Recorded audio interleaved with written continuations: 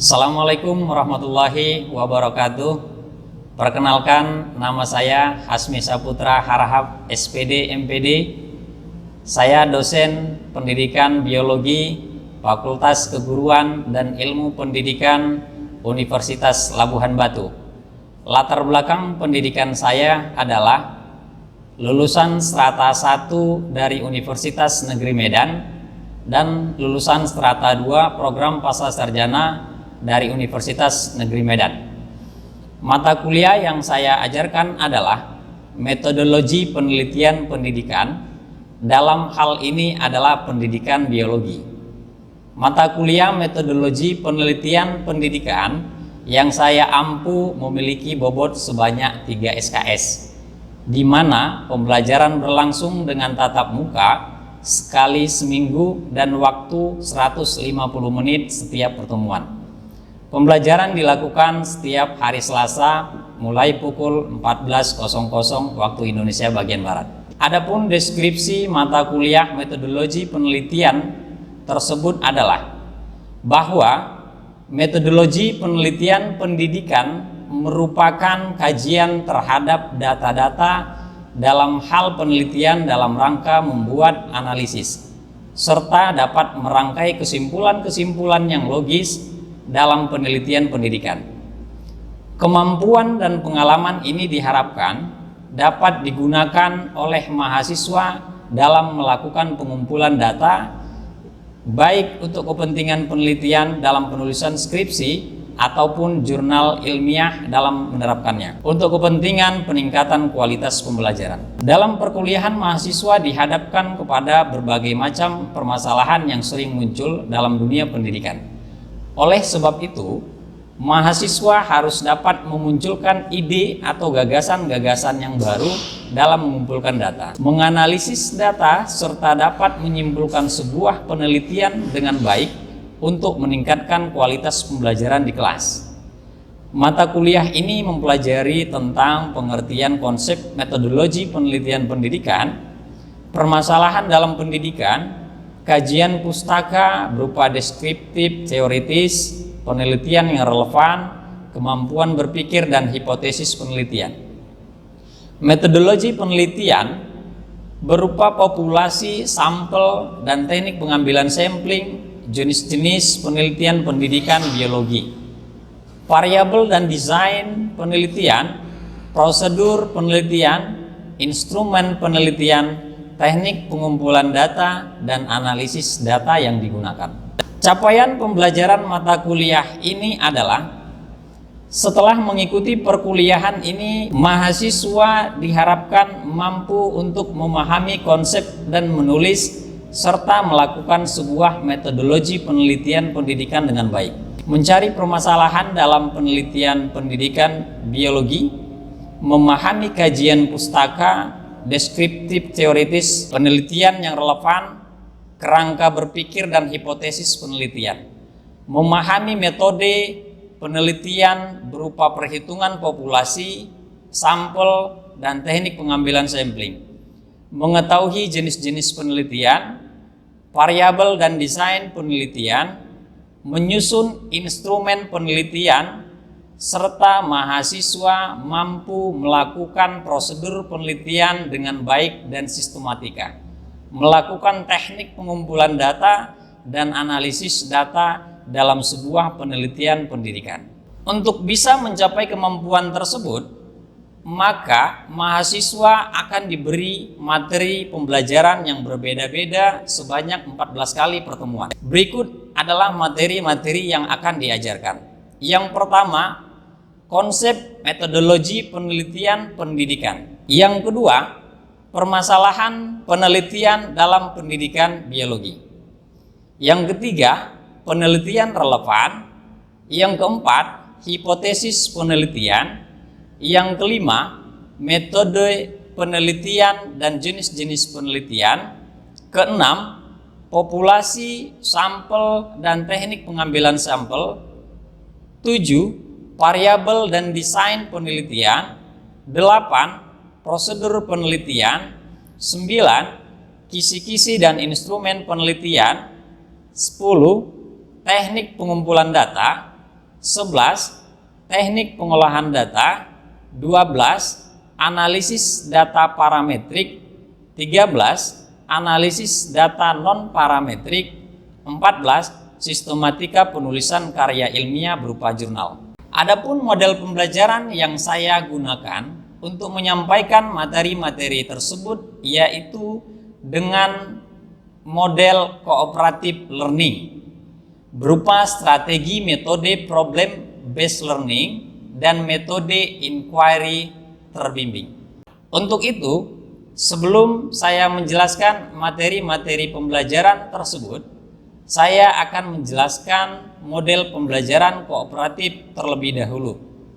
Pembelajaran kooperatif atau cooperative learning adalah pembelajaran yang kooperatif atau yang dapat bekerja sama untuk menuntaskan masalah sehingga proses menjadi aktif dan dinamis di dalam kelas. Adapun metode yang saya gunakan pertama yaitu dengan metode pembelajaran berbasis masalah atau yang biasa disebut dengan problem based learning.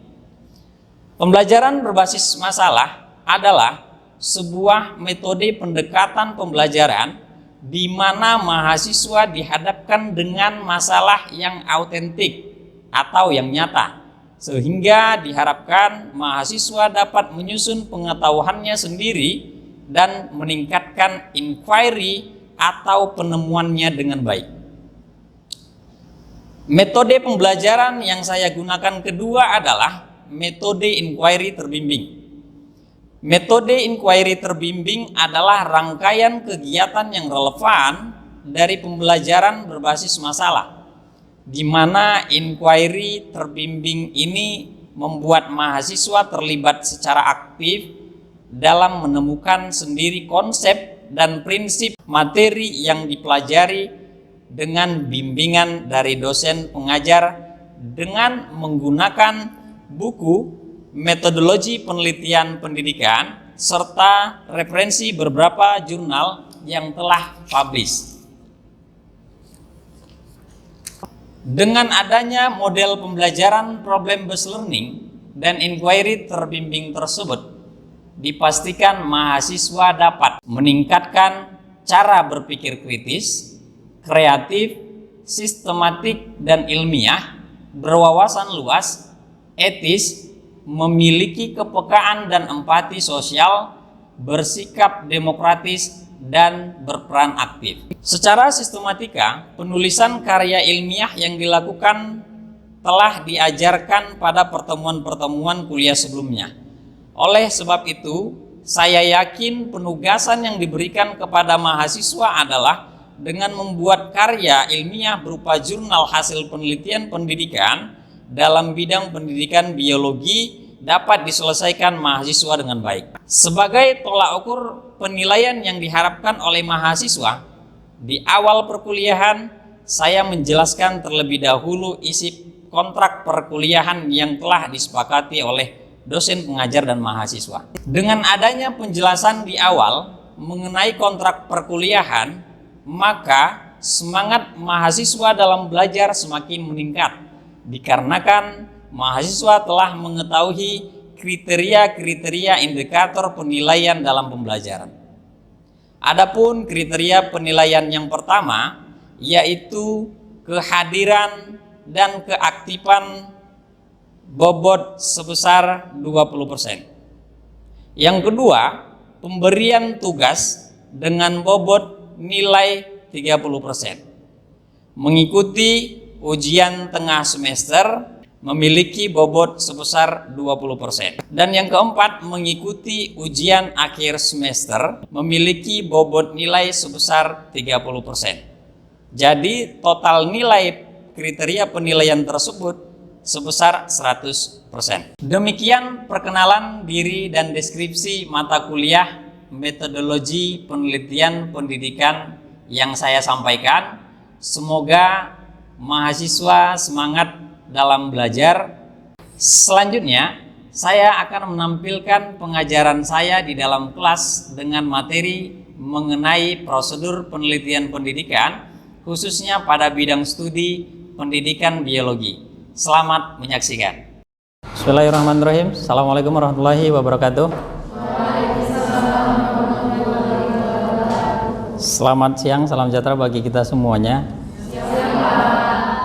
Materi kuliah untuk hari ini tentang prosedur penelitian atau yang disebut juga dengan langkah-langkah dalam sebuah penelitian dalam dunia pendidikan. Tujuan mata kuliah terkhusus materi hari ini yaitu agar mahasiswa dapat memiliki pengetahuan tentang langkah-langkah penelitian pendidikan serta dapat menerapkan penelitian pendidikan dengan baik di sekolah ataupun di tengah-tengah masyarakat dalam sebuah penelitian. Nah, sebelum saya menjelaskan lebih detail apa yang dimaksud dengan prosedur penelitian itu, saya mau bertanya mengenai metodologi penelitian pendidikan. Jadi metodologi penelitian pendidikan itu yang pertama kita bagi tiga, ada metodologi, yang kedua ada penelitian, dan yang ketiga ada pendidikan. Siapa yang bisa jawab metodologi itu apa?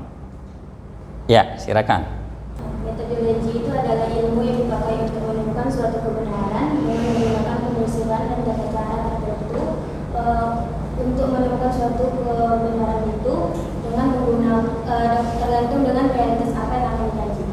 Oke, singkatnya adalah ilmu yang mempelajari tentang cara.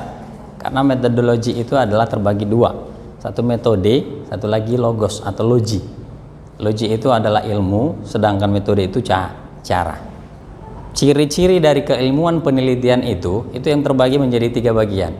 Yang pertama ada namanya rasional, yang kedua ada namanya empiris, yang ketiga ada namanya sistematis. Harus runtun. Runtun yang dimaksud di sini adalah mulai dari penulisan proposal sampai dengan hasil penelitian yang kita dapat itu harus secara sistematika, isinya semua harus ada. Yang pertama ada bab 1, ya kan? Bab 1 apa isinya? Satu-satu. Ada latar belakang masalah. 16 manfaat penelitian. Ini baru di bab 1, sistematika penulisannya. Prosedur penelitian itu berada di bab 3, ya. Secara sistematis, lengkap, detail ini akan kita tuliskan. Bab 2 ini mengenai tentang tinjauan pustaka. Ya, tinjauan pustaka, tinjauan teoritis, itu sesuaikan dengan judulnya. Baru kemudian ada bab 3. Bab 3 di sini yang pertama kali ada lokasi dan waktu penelitian. Yang kelima baru materi yang hari ini kita bahas, yaitu tentang prosedur penelitian atau langkah-langkah dalam sebuah penelitian. 36 di sini ada instrumen penelitian, kemudian 37 di sini ada pengumpulan data, 38 di sini ada analisis data. Jadi secara sistematika urutan dalam sebuah konsep penelitian itu yang sudah kita sampaikan di papan tulis, ya. Semuanya harus lengkap. Jadi begitu kita tulis menyusun proposal bab 1, bab 2, bab 3, setelah itu kita buat instrumen. Instrumen itu adalah alat ukur. Apa alat ukurnya? Alat ukurnya bisa angket, kemudian bisa soal pilihan berganda, essay test juga bisa secara subjektif. Secara objektifnya adalah pilihan berganda. Kalau judul penelitiannya tadi awal katanya adalah pengaruh, berarti dia di situ melakukan sebuah pembelajaran di kelas, di mana di situ dilakukan dengan adanya instrumen berupa pretest dan posttest. Nah, tadi penelitian sudah, kemudian ada pendidikan. Pendidikan ruang lingkupnya kita berada di pendidikan biologi. Nah, ini pengertian dari metodologi penelitian pendidikan adalah suatu cabang ilmu yang membahas tentang cara atau metode yang digunakan dalam kegiatan penelitian dalam bidang pendidikan biologi. Penelitian adalah upaya mencari kebenaran akan sesuatu, upaya dalam penelitian berupa kegiatan meneliti, mencari jawaban yang dapat berarti menemukan atau menguji. Penelitian itu harus diuji. Betul nggak tadi model pembelajaran inquiry dengan discovery itu bisa meningkatkan hasil belajar? Nah, itu harus kita buktikan dari analisis data yang kita lakukan. Prosedur penelitian itu adalah langkah-langkah dalam sebuah penelitian. Pengertian prosedur penelitian. Prosedur penelitian yaitu langkah-langkah yang dipakai untuk mengumpulkan data guna menjawab pertanyaan penelitian yang diajukan di dalam penelitian dengan deskripsi tentang lokasi, populasi dan sampel penelitian, desain penelitian, kesiapan instrumen, pengumpulan dan pengolahan data, serta analisis data yang dilakukan mulai dari tahap persiapan, tahap pelaksanaan, dan tahap pelaporan. Jadi semuanya itu harus tersistematika, runtut semuanya, supaya dapat hasil yang kita inginkan sesuai dengan ciri-ciri keilmuan penelitian. Nah, yang pertama, ini adalah gambaran langkah-langkah prosedur penelitian. Pertama kali kita harus mengetahui masalah dalam sebuah penelitian. Jadi kalau untuk menentukan judul penelitian, jangan langsung menentukan judulnya. Terkadang karena mau cepat, bimbingan sama dosen pembimbingnya dibuat judulnya dulu tanpa diketahui ada masalah. Itu salah. Prosedurnya adalah cari masalah, bukan cari ribut ya. Cari masalah dulu. Apa masalahnya? Misalnya di sekolah A hasil belajarnya rendah, di sekolah A minat belajarnya rendah, di sekolah B sikap belajarnya kurang, di sekolah B keterampilan proses sainsnya kurang. Nah, itu bisa kita ukur. Parameternya adalah variabel-variabel terikat tadi. Motivasi bisa kita ukur ya. Ini ketahuan nggak ini motivasinya ini belajar tinggi atau rendah. Nah, itu harus kita buktikan. Pakai apa kita membuktikannya? Pakai alat instrumen tadi. Alat ukurnya tadi, instrumennya itu berupa angket, berupa pilihan berganda. Kita bisa lihat ketika kita sudah membuat instrumennya, kita ujikan kepada responden kita atau siswa kita, kemudian kita analisis, kita olah datanya, analisis, bisa kita simpulkan. Oh, ternyata motivasinya di kelas ini tinggi. Alhamdulillah tinggi motivasi belajarnya. Yang kedua di sini ada studi pendahuluan. Studi pendahuluan ini ketika kita sudah mendapatkan masalah tadi ya, kita harus ada referensi. Buku misalnya, ini adalah buku metodologi penelitian semuanya. Ini bisa kita baca sebagai referensi untuk menuntaskan kasus masalah yang ada di sekolah. Baik itu misalnya hasil belajarnya yang rendah, kemudian sikap ilmiahnya yang kurang, kemudian motivasi belajarnya, minat belajarnya rendah.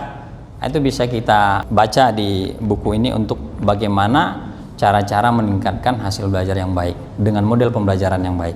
Yang ketiga, di sini ada merumuskan masalah. Kita harus merumuskan masalah, membuat pertanyaan dalam sebuah penelitian. Contoh pertanyaannya bagaimana? Tadi kan ada pertanyaan kan, apakah terdapat pengaruh model pembelajaran inquiry terhadap hasil belajar pada materi sistem pencernaan manusia di kelas 11 di SMA negeri, sebutkan nama sekolahnya apa. Kalau ada judulnya seperti rumusan masalahnya seperti itu buat pertanyaan. Karena ada kata apakah. Ketika menuliskan tujuan penelitiannya, baru apakahnya itu dihapus untuk mengetahui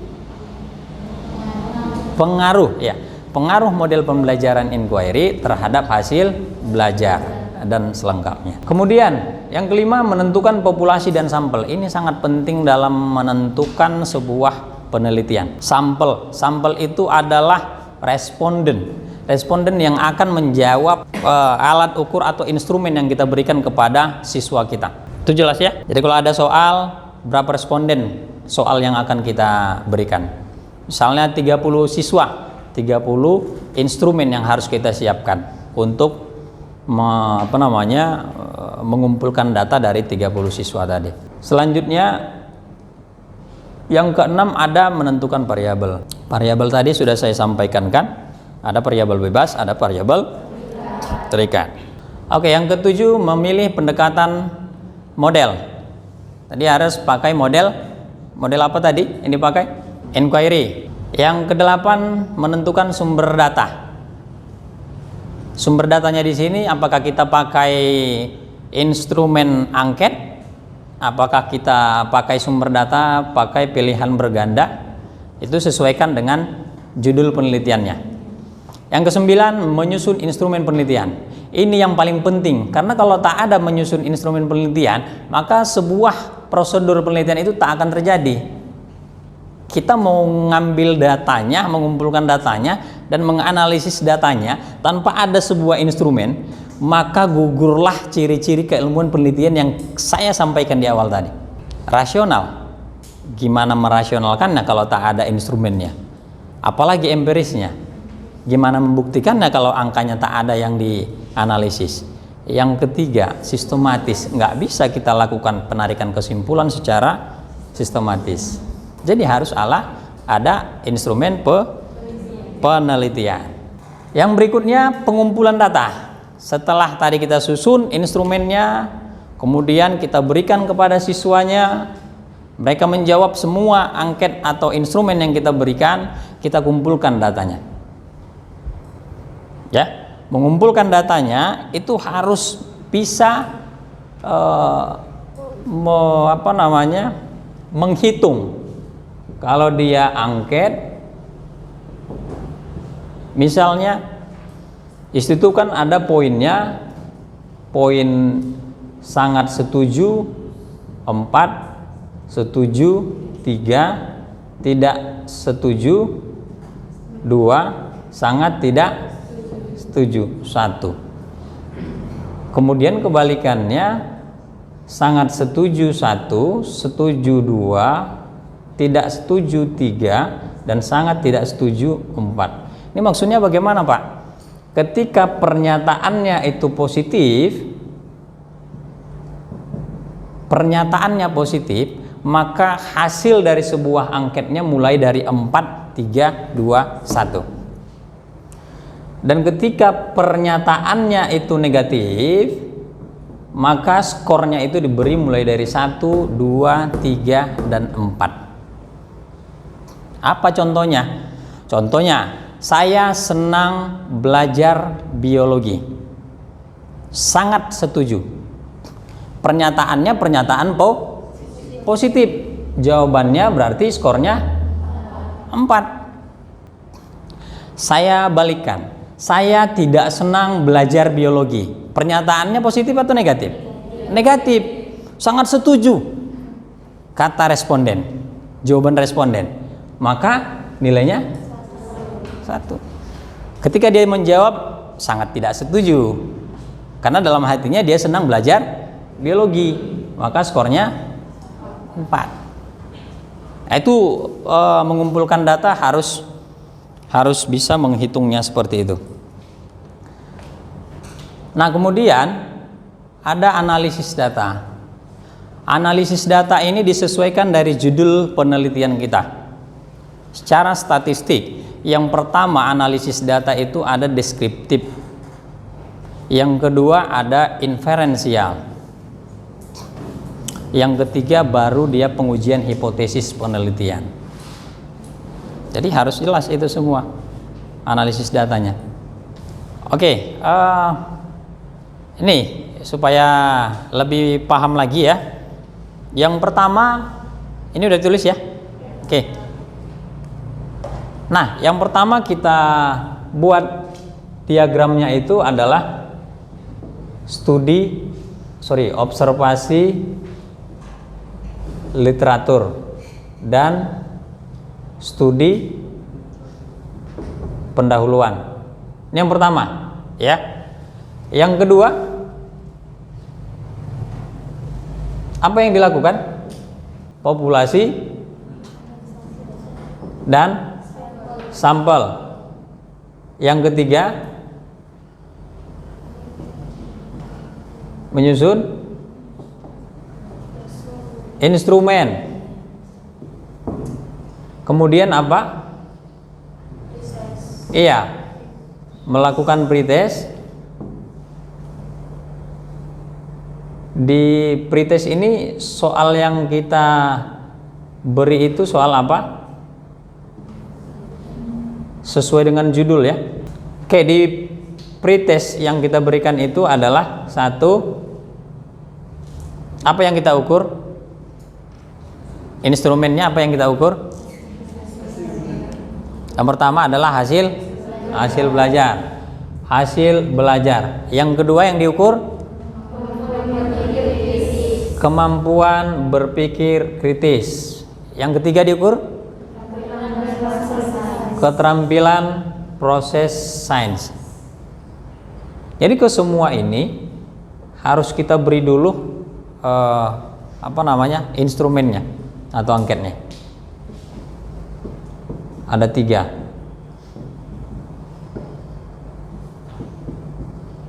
Kemudian kita melakukan post test. Untuk melakukan post test harus ada model pembelajaran. Model pembelajarannya tadi ada 3. Yang pertama inquiry terbimbing, kemudian inquiry bebas termodifikasi, kemudian ada konvensional. Ini yang bentuk ceramah, ya. Jadi kemudian di sini lakukan post testnya untuk mendapatkan nilai dari ketiga parameter tersebut. Lalu kemudian pengumpulan data, kemudian analisis data, kemudian ada hasil penelitian, kemudian ada pembahasan, dan yang terakhir ada kesimpulan. Lengkaplah sebuah prosedur penelitian itu. Alurnya seperti ini supaya kita mudah untuk membuat sebuah penelitian. Oke, sebelum saya tutup untuk pertemuan materi prosedur penelitian tersebut, ada pertanyaan?